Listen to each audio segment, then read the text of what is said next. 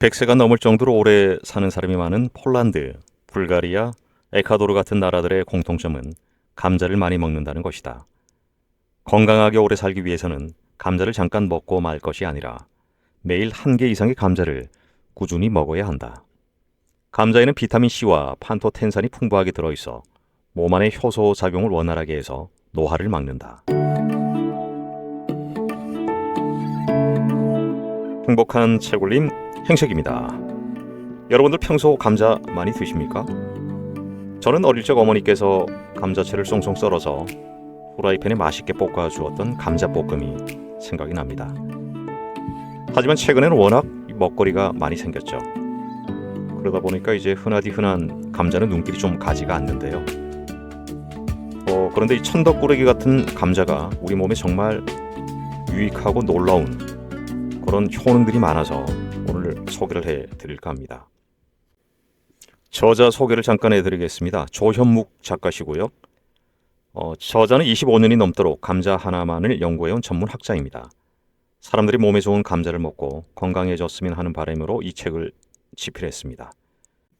오늘도 책을 통해서 여러분들 내면에 건강한 울림이 울려 퍼지길 바라겠습니다. 우유나 계란처럼 각종 영양소가 골고루 들어있는 식품을 우리는 완전식품이라고 부른다. 그런데 울퉁불퉁 못생긴 감자도 영양학적으로 매우 뛰어나다. 감자에는 각종 비타민과 미네랄 등의 영양소가 풍부하게 들어있어 완전식품이라 불러도 손색이 없다. 이런 이유 때문에 독일과 러시아에서는 감자를 제2의 빵, 프랑스에서는 땅속의 사과라고 부를 정도로 중요하게 취급하고 있다. 된장찌개나 국을 끓여 먹을 때 쓰던 평범한 감자가 이제는 다른 느낌으로 다가올 것이다. 그런데 최근에는 감자의 기능성까지 첨가되어 건강식품으로서 존재감이 점점 커지고 있다. 대부분의 사람들이 감자에 대해 오해하고 있다. 감자는 탄수화물 덩어리여서 살이 많이 찐다는 것이다. 그러나 이 말은 사실과 다르다. 다이어트를 한다며 쌀밥을 먹으면 같은 양을 먹어도 감자보다 56칼로리를 더 먹게 된다. 각각 100g씩 덜어내어 칼로리를 비교해보면 쌀밥은 135칼로리, 빵은 278칼로리, 삶은 감자는 76칼로리로 감자의 칼로리가 가장 낮다. 따라서 감자를 먹으면 살이 찐다는 것은 잘못된 통념이다. 난 정말 감자 많이 먹어 살이 쪘어요 라고 주장하는 사람이 있을지 모르겠다. 아마 그 사람은 트랜스 지방이 많이 들어있는 감자튀김을 지나치게 많이 먹은 것은 아닐까. 어떤 건강식품이라도 기름에 튀겨 먹으면 당연히 칼로리 섭취가 많아질 수밖에 없다. 이런 경우는 감자를 많이 먹어 살찐 것이 아니라 나쁜 식습관으로 인해 살이 찐 것이다. 감자는 영양학적으로 곡물류와 채소류의 장점을 모아놓아 다른 먹거리에서 볼 수 없는 여러 특징을 갖춘 건강식품이다. 감자를 먹으면 일반 곡물과 다름없이 충분한 에너지를 얻을 수 있고 동시에 과일, 채소류에 많은 비타민C도 부족하지 않게 먹을 수 있다. 때문에 상대적으로 채소가 부족해지는 겨울에 감자는 비타민을 보충하기에 안성맞춤인 식품이다. 감자는 전분이 들어있는 식량 작물이면서도 채소로도 분류된다. 특히 서양 사람들은 우리가 쌀밥을 먹는 것처럼 감자를 주식으로 삼고 있으면서 감자를 채소로 취급하고 있다. 왜 감자는 식량이면서 채소인 것일까? 그것은 감자만의 독특한 성분 때문이다. 쌀이나 옥수수, 밀 등과 같은 식량 작물은 전분에서 유래된 에너지 근본을 갖고 있는 반면 채소처럼 비타민을 비롯한 각종 미네랄, 영양소를 골고루 가지고 있지는 않다. 그런데 감자에는 전분과 비타민, 미네랄 등의 영양소가 골고루 들어있다. 특히 비타민의 경우 비타민 C뿐만 아니라 비타민 B군 복합제, B1, B2, 나이아신, 판토텐산 등이 골고루 들어있다. 이런 이유 때문에 감자는 식량이면서 동시에 채소인 것이다. 감자의 특이한 성질을 닮았기 때문일까? 감자에 들어있는 비타민도 다른 채소에 들어있는 비타민보다 큰 장점을 갖고 있다. 감자의 비타민은 전분질 보호막에 쌓여 보호되고 있기 때문에 끓이거나 삶아도 적게 파괴된다. 한마디로 섭취 중간에 손실되는 것이 적어 몸에 흡수될 수 있는 비타민이 많은 것이다. 감자의 이런 성향은 품종에 따라 차이가 크지만 보존이 잘 되는 품종의 경우에는 약 80% 정도의 비타민이 보존되기도 한다. 반면 채소의 비타민은 삶거나 데치는 과정에서 대부분 끓는 물에 녹아 빠져나가거나 파괴되어 없어진다. 감자의 비타민은 전분이라는 경호원의 도움을 받아 요리할 때도 파괴되지 않고 몸에 섭취되는 것이다. 감자는 비타민의 보디가드라고 말할 수 있겠다. 감자에는 비타민C가 풍부해서 성인의 일일 권장량인 55mg의 60% 이상을 함유하고 있다. 하루에 2개만 먹어도 몸에 필요한 비타민C는 충분히 먹을 수 있는 것이다. 감자를 저장하다 보면 비타민C가 줄어들기도 한다. 하지만 봄에 싹이 날 때까지 실질적인 양이 보존되기 때문에 겨울철에 비타민C를 섭취할 수 있는 공급원으로 매우 좋다. 소형 미네랄 강산 감자. 미네랄은 생명체가 만들어낼 수 있는 것이 아니다. 생명체가 살아남기 위해서는 반드시 먹어야 하는 것들이 많은데 한 번에 여러 가지 양분을 섭취할 수 있다면 상당히 편리할 것이다.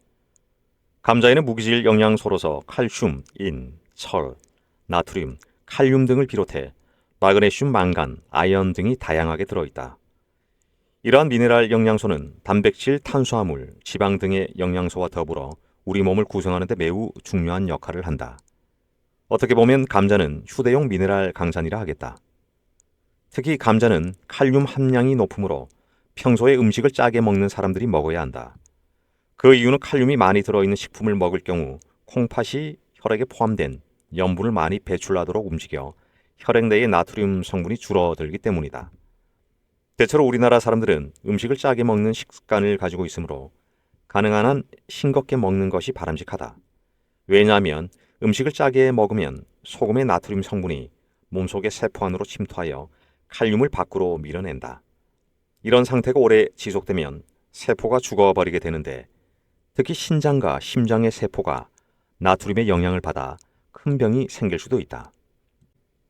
음식을 싱겁게 먹는 사람들은 나트륨 손실을 막기 위해 찐 감자를 먹을 때 소금을 아주 조금 찍어 먹는 것이 좋다. 또한 감자에는 마그네슘이 풍부하다. 마그네슘을 먹으면 담낭에 결석이 생기는 것을 방지하고 콩팥이 딱딱하게 굳는 현상을 방지할 수 있다. 이것은 고혈압과 신장 질환을 치료하는 데 도움이 된다. 감자는 알칼리성이라 좋다. 그런데 대부분의 사람들이 알칼리성에 대한 이해가 부족하다. 몸을 알칼리성만 유지하더라도 질병에 걸릴 확률이 크게 낮아지는데도 사람들은 그렇게 행동하지 않는 경우가 많기 때문이다. 산성이 된다는 것이 어떤 것인지 감이 오지 않는다면 한 가지만 생각해보자. 녹슨 쇠붙이가 깨끗해 보이는가? 나의 눈에는 쇠가 아파 보인다. 몸이 산성이 된다는 것은 우리 몸에 녹이 끼는 것과 비슷하다고 생각하면 된다. 당신이 만약 육식을 많이 하는 사람이라면 감자는 끼니마다 식탁에 반드시 있어야만 하는 식품이라는 사실을 명심하자. 왜냐하면 육식을 많이 할 경우 동물성 단백질의 섭취가 너무 많아져서 우리 몸의 체액이 산성화되기 때문이다. 알칼리성과 산성이 균형을 이루어야 건강을 안정적으로 유지할 수 있다. 그런데 육류를 많이 먹으면 안정적이던 균형이 깨지고 만다. 이렇게 되면 몸에 여러 가지 성인병 증상들이 생기기 시작한다. 몸이 아프기 시작하는 것이다. 감자는 알칼리성 식품으로서 육류를 많이 먹어 산성화된 몸에 수분을 중화시켜 건강을 지켜주는 역할을 하기 때문에 고기를 좋아하는 사람은 반드시 자주 먹어야 한다. 고혈압에 좋은 감자. 명절 연휴가 되면 사람들은 대이동이 시작된다. 하지만 너무 많은 사람들이 동시에 움직이기 때문에 교통 흐름이 원활하지 않다. 한국 사람이라면 누구나 고속도로에서 평소보다 대여섯 시간씩 더 허비한 경험이 있을 것이다. 만약 차량의 숫자는 연휴 이전처럼 정상적인데 도로가 줄어든다면 어떻게 될까? 똑같이 번잡할 것이다. 고혈압이 바로 이런 상황과 같아. 고혈압은 혈관이 좁아지면서 혈관의 압력이 높아질 때 생긴다. 고혈압에 걸리는 원인은 여러 가지가 있다. 유전적인 원인 외에 가식, 가음, 소금, 가다 섭취 등의 이유로 고혈압에 걸린다. 그런데 혈액에 마그네슘이 부족하게 되면 고혈압에 걸린다는 사실을 아는가? 마그네슘이 부족하면 갑자기 머리가 어지럽고 눈꺼풀이 떨리며 눈앞이 아찔하고 발톱이 쪼개지는 현상이 나타나며 피로가 빨리 온다. 또한 부정맥이 생기며 잠이 잘 오지 않고 아침에 잠자리에서 일어나기가 힘들게 된다. 마그네슘이 부족하고 이러한 증상이 누적되면 고혈압에 걸리고 체내의 대사 균형이 깨져 건강을 잃기 쉽다. 그러므로 평소에 마그네슘이 적당하게 들어있는 음식을 섭취하는 것이 고혈압 예방에 좋다. 마그네슘은 효모, 겨, 싹티움 밀, 동물의 간, 땅콩 등에 많이 들어있으며 특히 감자에 풍부하게 들어있다. 고혈압 환자는 특히 소금 섭취를 조심해야 한다. 소금은 우리 몸에서 꼭 필요한 성분이지만 지나치면 몸에 나쁘기 때문이다. 그렇다면 소금은 몸에서 어떤 역할을 할까? 우리의 몸은 헤아릴 수 없을 정도로 많은 세포로 이루어져 있다. 이 모든 세포들이 정상적으로 활동하려면 우리 몸을 이루고 있는 액체 성분이, 즉 체액이 균형을 유지해야 한다. 체액은 세포 내액에서 세포 외액으로 나누는데 세포 외액에는 나트륨, 세포 내액에는 칼륨이 많이 있다. 이처럼 세포가 자기 기능을 수행하려면 소금 성분이 반드시 필요하다는 것을 알 수 있다. 그런데 짠 음식을 많이 먹으면 피 속의 나트륨 농도가 짙어져 나트륨과 칼륨의 균형이 깨지게 된다. 피 속에 나트륨이 많아지면 세포 밖에 많이 있던 나트륨이 세포 안으로 들어가 칼륨을 밀어내게 된다. 사랑방에 있던 손님이 안방을 차지하게 되는 격이다. 이렇게 되면 세포 외액과 내액 사이의 균형이 깨지면서 세포가 약해진다.